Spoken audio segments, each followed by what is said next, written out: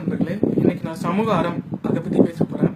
இன்னைக்கு நம்ம எல்லாரும் சமூகத்தையும் சமூகத்தில் நடக்கிற விஷயத்தையும் ரொம்ப குறை சொல்லிக்கிட்டோ இல்லை புகார் சொல்லிக்கிட்டே தான் இருக்கோம். இதெல்லாம் எதனால அப்படின்னு யோசிச்சு பார்த்தோம்னா, நமக்கு சமூக அறம் அப்படிங்கிறது முக்கியமா தேவைப்படுது. தனி மனித அறம் தான் சமூக அறமாக மாறும். இதைதான் ஔவையார் அறம் செய்ய விரும்பு அப்படின்னு சொல்லியிருக்காங்க. நம்ம தமிழ் மொழியில அ அப்படின்ற எழுத்து ரெண்டு சொல்ல முக்கியமா குறிக்கும். ஒன்னு அம்மா, இன்னொன்னு அறம். அம்மா எப்படி நம்ம பிறக்கிறதுக்கு முக்கியமானவங்க, அடித்தளமானவங்களோ, அதே மாதிரி அறம் அப்படிங்கிற விஷயம் நம்ம பிறந்ததுக்கு அப்புறம் நம்ம வாழ்றதுக்கு முக்கியமானது, அடித்தளமானது. இன்னைக்கு தமிழர்கள்னு சொல்லி நம்மளுக்கு வெற்று கர்வம் கொடுக்கறதுக்கு தான் நிறைய பேர் இருக்காங்களே தவிர, சரியான வழி அமைத்து தரது ரொம்ப கம்மியான நபர்கள் தான் இருக்காங்க. எப்படி குரான், பகவத்கீதை, பைபிள்லாம் படிக்காம அதை உணராம பிரிவினை ஏற்படுத்துறாங்களோ, அதே மாதிரி தான் தமிழ் பொதுமறையான திருக்குறளை படிக்காம தமிழர்கள் தற்புணமை பேசிட்டு இருக்கவங்களும் இருக்காங்க.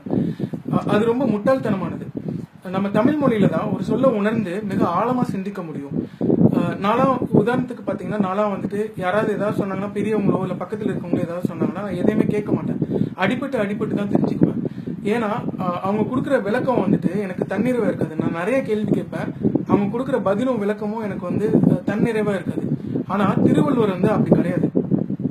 ஒரு செயலை ஏன் செய்யணும், எதுக்கு செய்யணும், எப்படி செய்யணும், அதை செய்யலைன்னா என்ன ஆகும், செஞ்சா என்ன ஆகும் அப்படின்னு தனித்தனியா நம்மளுக்கு தெளிவா புரிய வச்சிருக்காரு. உதாரணமா பாத்தீங்கன்னா, ஃப்ரெண்ட்ஷிப் அப்படின்ற ஒரு விஷயத்த நட்பு ஆராய்தல், கூடா நட்பு, தீ நட்பு, பழமை அப்படிங்கிற 5 அதிகாரத்துல நம்மளுக்கு தெளிவா புரிய வச்சிருக்காரு. எப்படி நம்ம கருத்துணர்ந்து ஒருத்தவரை நட்பு கொள்ள வேண்டும், அப்படி நட்பு கொண்டதுக்கு அப்புறம் அவங்களுக்கு எப்படி விலகாம இருக்கணும் அப்படின்னு தெளிவா புரிய வச்சிருக்காரு. நம்மளோட உடை விலகும் போது நம்ம கையை எப்படி நம்ம மானத்தை காப்பாத்துறதுக்கு அதுவா போய் சரி செய்யுமோ, அதே மாதிரிதான் நம்மளோட நண்பர்கள் துன்பத்துல இருக்கும் போது நம்மை அறியாமலேயே அவர்களுக்கு போய் உதவி செய்ய வேண்டும். நம்ம கற்கிற விஷயம், நம்ம படிக்கிற விஷயம், நம்ம சிந்திக்கிறது, நம்ம ஆராய்ச்சி பண்ணி பார்க்கறது எல்லாத்தையும் அடுத்தவர்களுக்கு பகிருங்கள். நம்ம கொடுக்க தான் இந்த விஷயங்கள்லாம் பெருகும். தனி அறம் கற்போம், மற்றவர்களுக்கும் கற்பிப்போம். நமது சமூகமும் அறம் கொண்டு விளங்கும். நன்றி.